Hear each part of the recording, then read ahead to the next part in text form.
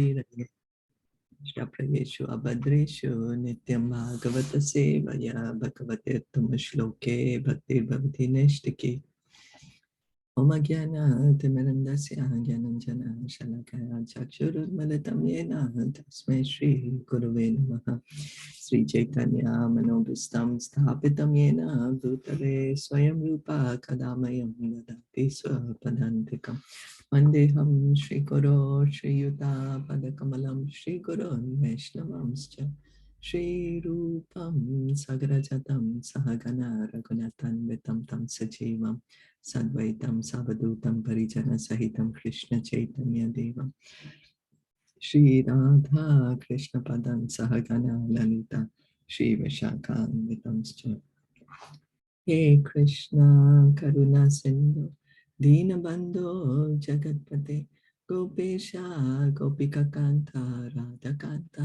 Namostate Tapta Kanchana Gaurangi Radhe Vrindavaneshwari Rishabhanu Sute Devi Pranamami Hari Priye Nama Om Vishnu Padaya Krishna Prishtaya Bhutale Srimate Bhaktivedanta Swami Iti Namane Namaste Saraswati Deve Gauravani Pracharine Nirvisesha Shunyamadi Paschatya Deshatarine Panchakalpa Tarubhyascha Kripa Sindhu Vaevacha Patitanam Pavanebhyo Vaishnavebhyo Namo Namaha Jai Sri Krishna Chaitanya Prabhu Nityananda Shri Advaita Gadadara Shri Vasadi Gaura Bhakta Vrinda Hare Krishna Krishna Krishna Hare Hare Hare Rama Hare Rama Hare Hare.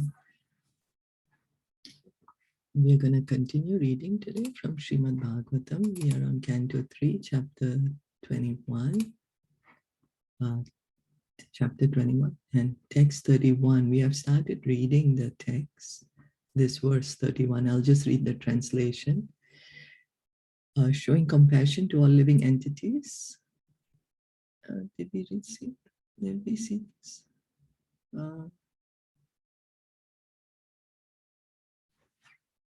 Pantheistic view.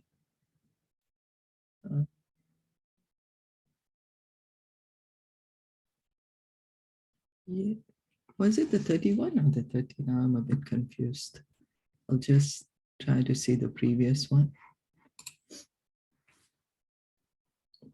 I think we didn't complete, huh? Yeah. So, Tirtha, Narad Muni, yeah, we finished that. Yeah, we were, I think, in the first or second paragraph of this, right? Yeah. This one shows, okay, yeah.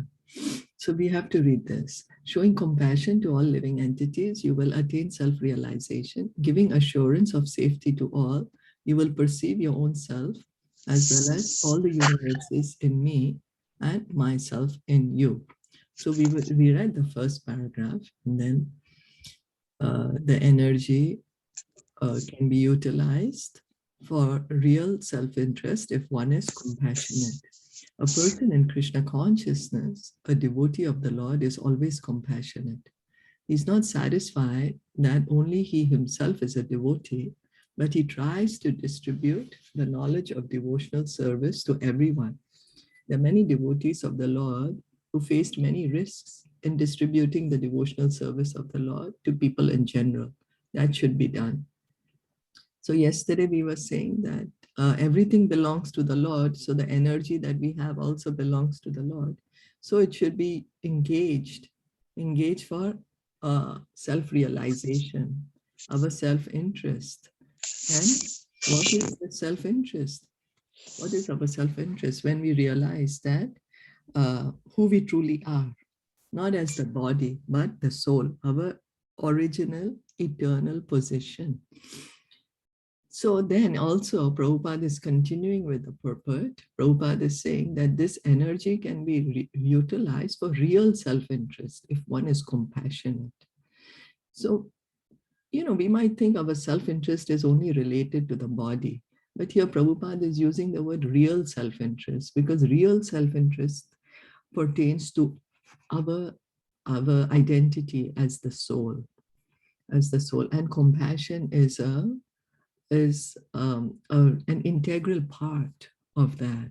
A devotee of the Lord is always compassionate because he wants to connect everyone to Krishna. Why? Because he understands that everyone has an eternal relationship with Krishna, no matter whether they remember it now or no. But he wants to help everyone to revive this original Krishna consciousness. And we can see that there are many great devotees who have always been doing that. Like what comes to my mind is even Prahlad Maharaj. He was trying to preach to his own father, whereas his father wanted to kill him. So here Prabhupada is saying there are many devotees of the Lord who face many risks in devotion, in distributing devotional service to the Lord and people in general. That should be done because Krishna appreciates that. Krishna appreciates when we want to revive others also to their original position. Does anybody remember any other examples of devotees who have taken risks to give devotional service to others?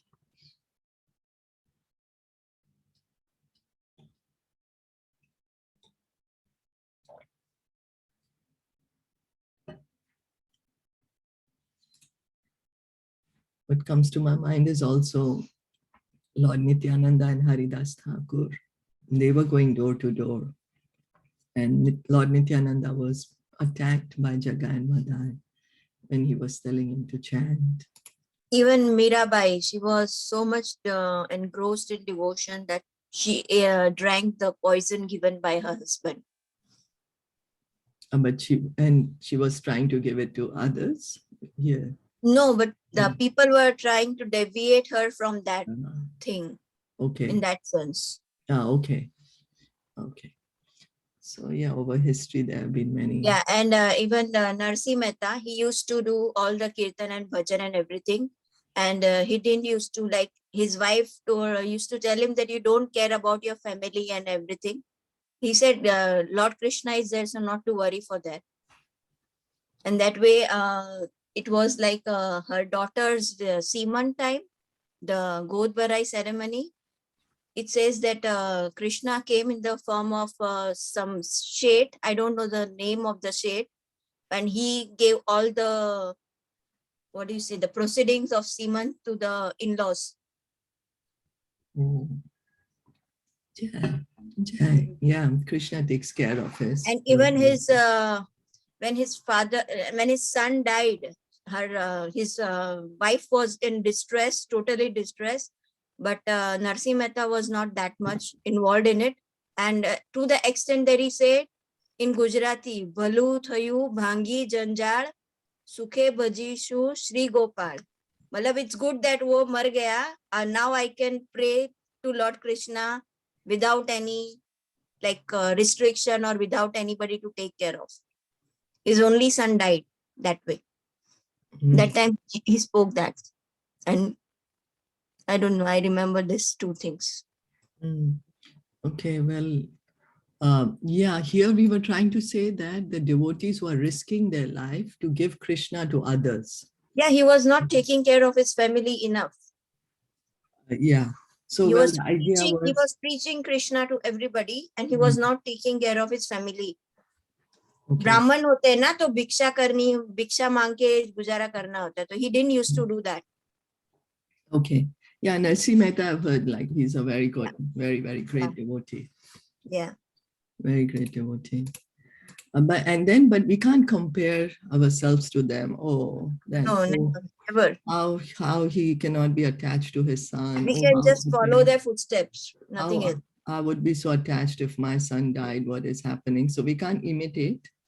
But yeah, we can just appreciate that their connection to Krishna. Appreciate, and we have to. We can't say, yeah, you are true, but we have to say that हमारी भक्ति भगवान की तरफ और बढ़ती रहे दिन भर दिन. Yeah. So reading on, it is also said that a person who goes to the temple of the Lord and worships with great devotion, but who does not show sympathy to people in general or show respect to other devotees, is considered to be a third-class devotee. The second-class devotee is he who is merciful and compassionate to the fallen soul.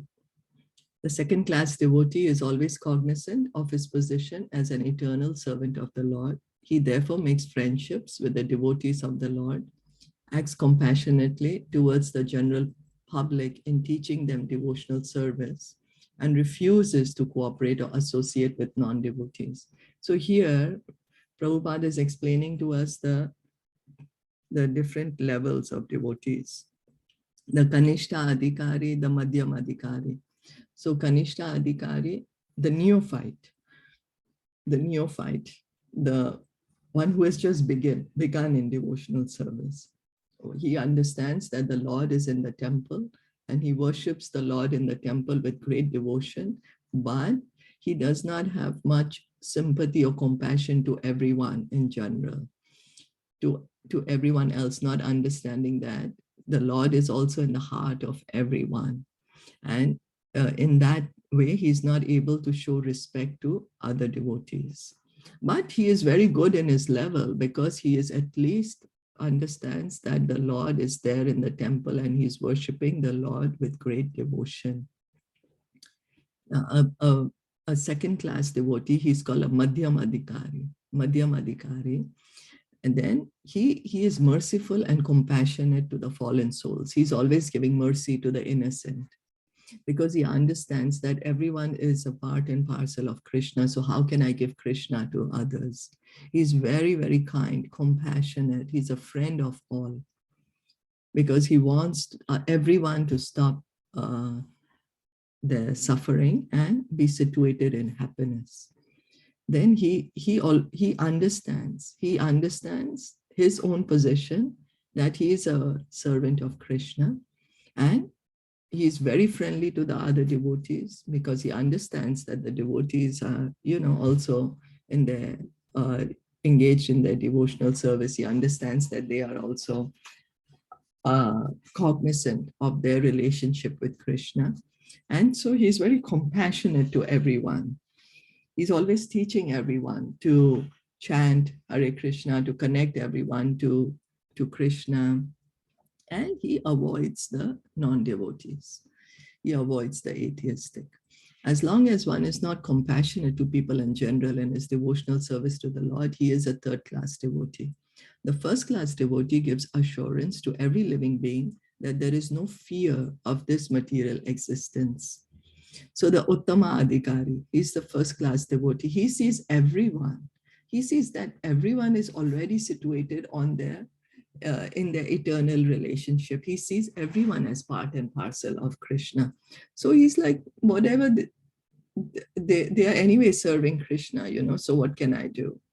So he sees himself as the most fallen, and that's the reason he does not preach, the Uttama Adhikari, because he says that everyone is there serving the Lord. Then what happens is many times the Uttama Adhikari will come to the platform of Madhyam to give Krishna to others. For example, Srila Prabhupada, he's a Uttama Adhikari. Uttama Adhikari, he understands his position in relation to Krishna. He understands everyone's relation and position to Krishna. But he came to the Madhyam platform because he connected all of us to Krishna, giving Krishna to everyone, because he is compassionate. He's the preacher, the Madhyam Adhikari. So the Uttama Adhikari comes to the Madhyam platform so that he can preach for the benefit of everyone else. So let us live in Krishna consciousness and conquer the nations of material existence. So we should try also to give Krishna to everyone. It's the order of Lord Caitanya. On Lord Chaitanya's order, Yare Dekha Tare Kaha Krishna Upadesh. Just somehow or the other connect people to Krishna. Why? Because that is our original position. Each and every living entity's original position is Krishna consciousness. It is indicated here that Kardama Muni was directed by the Lord to be very compassionate and liberal in his householder life and to give assurance to the people in his renounced life. So the Lord is directing Kardama Muni that when you are in your householder life, you be compassionate, you give mercy. You give mercy to everyone. And as a sannyasi, that's first class devotee, Uttama, then you just give assurance. A sannyasi, one in renounced order of life, is meant to give enlightenment to the people. You should travel going from home to enlighten. So this is the real business of the sannyasi, to preach, to preach. The householder, by the spell of Maya, becomes absorbed in family affairs and forgets his relationship with Krishna. If he dies in forgetfulness, like the cats and dogs, then his life is spoiled. It is the duty of a sannyasi, therefore, to go and awaken the forgetful souls with enlightenment of the eternal relationship with the Lord and to engage them in devotional service. So this is the business of a sannyasi, to remind us of our relationship with Krishna. We are all sleeping under the spell of Maya. And so that's the reason the sannyasis, they come and they giving us the message. Wake up, sleeping souls. Bhaktivinoda Thakur sings.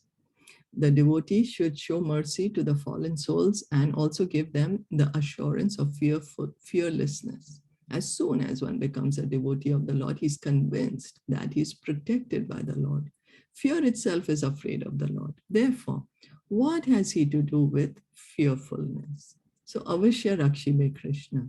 Krishna is our best friend. He's the best friend of each and every living entity. He's in the heart of every living entity.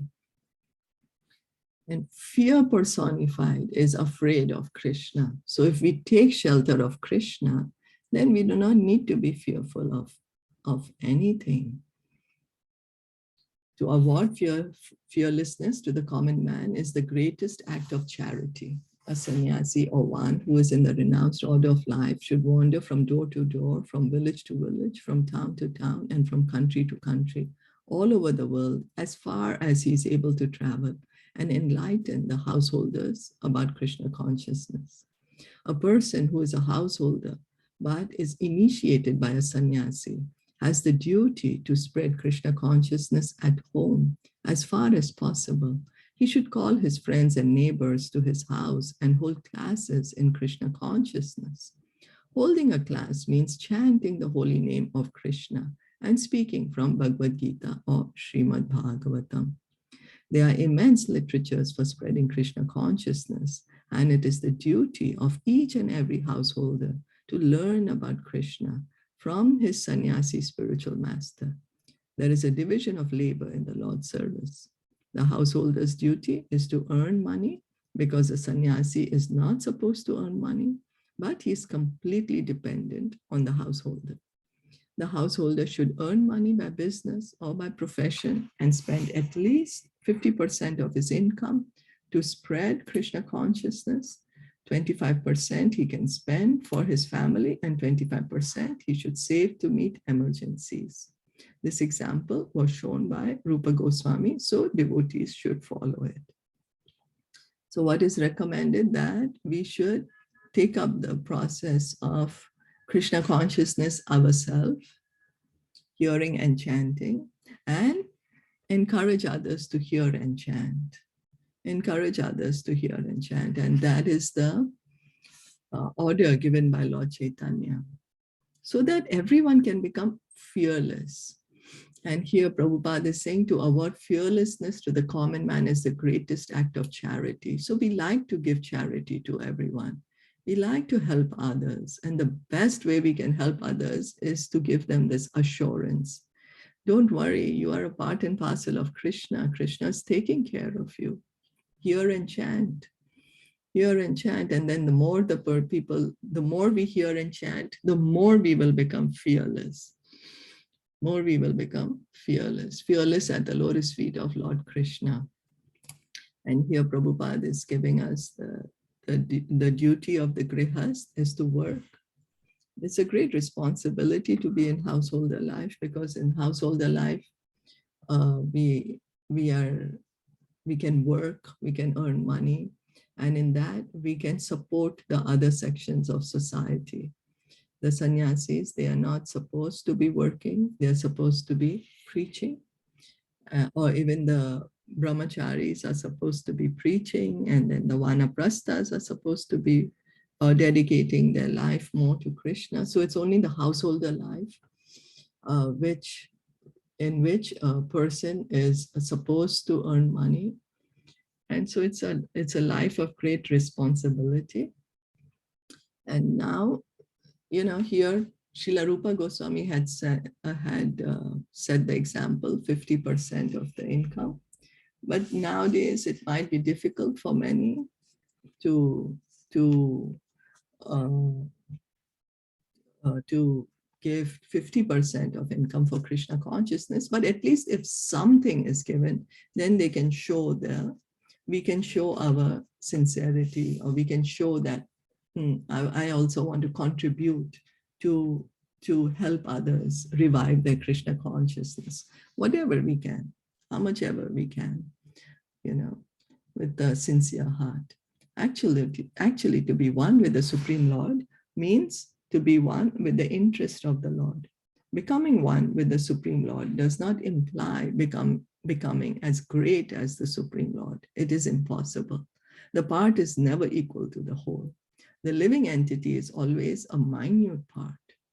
Therefore, his oneness with the Lord is that he's interested in the one interest of the Lord. So one with the Lord.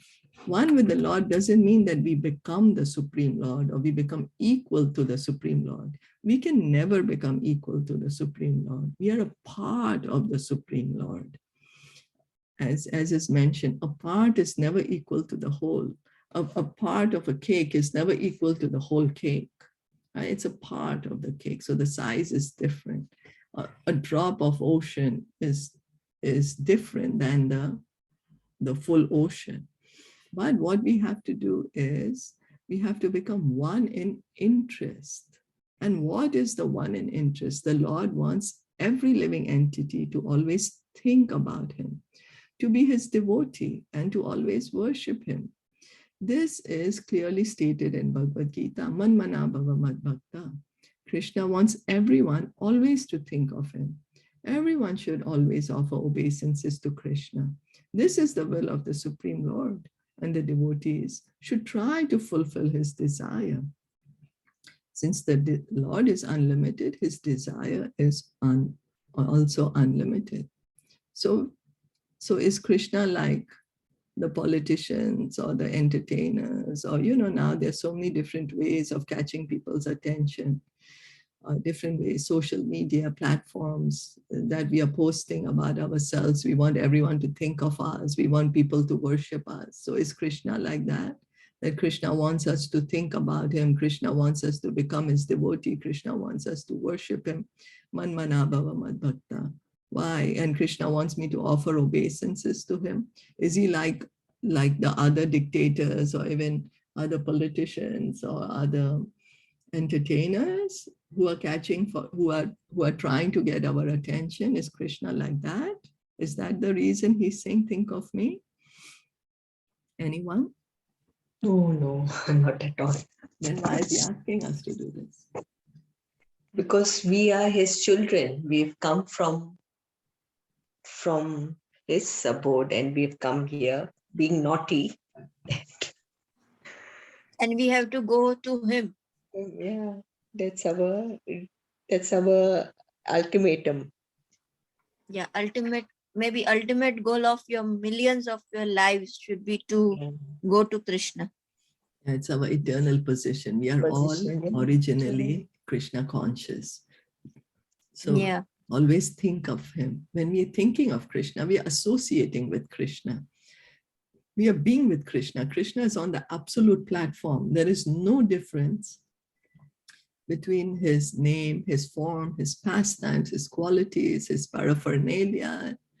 There's no difference. So by doing these things, we are associating with him. And then Krishna is happy. My dear living entity, he is coming back to me. He does not want to turn away from me. He wants to come back to me. And then Krishna makes all the arrangements and brings us back home. So there is no stoppage, and therefore the service of the devotee is also unlimited. The service of the devotee is also unlimited. In the transcendental world, there is unlimited competition between the Lord and the servitor. The Lord wants to fulfill his desires unlimitedly, and the devotee also serves him to fulfill his unlimited desires. There is an unlimited oneness of interest between the Lord and his devotee. So on the absolute platform, there is no difference. Even the living entity, once, because if we are situated on the absolute platform, then there is no difference. Then we also have the unlimited capacity to serve the Lord, because it's on the absolute platform. It's now that we are thinking we are the material body, and so that's the reason we are entangled, and everything material is limited. Very, very limited, very tiny. And so then we are part and parcel of him. So, right? yes, we are part and parcel of Krishna. And it is in our self-interest, if we think of Krishna, if we become his devotee, because that's our original position. We think, we have to think of something. Our mind can't be of no thoughts. But then we will say, oh, but how will I do my duties if all the time I'm thinking of Krishna?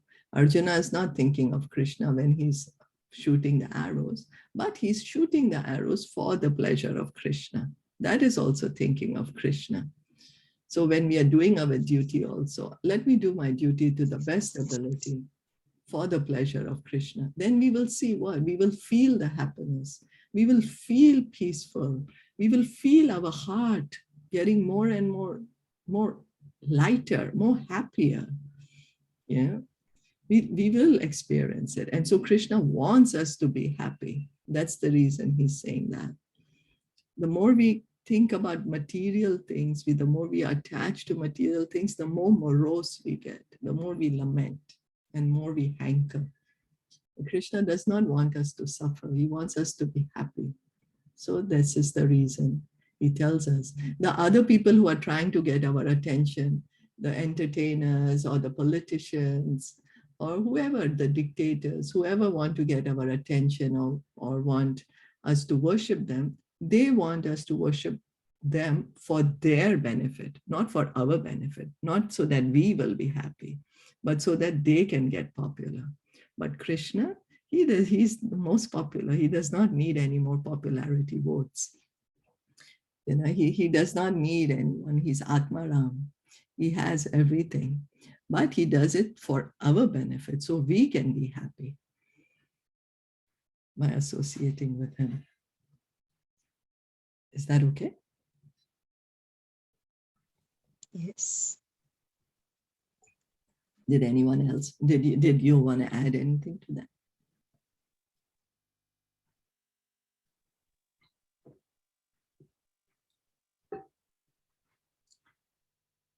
So we'll stop here for today. Yeah. Srimad Bhagavatam ki jai, Shilpa Prabhupada ki jai, Gaura Premanande, Hari Bol, Hare Krishna. Hare Krishna. Thank you so much for listening and joining in.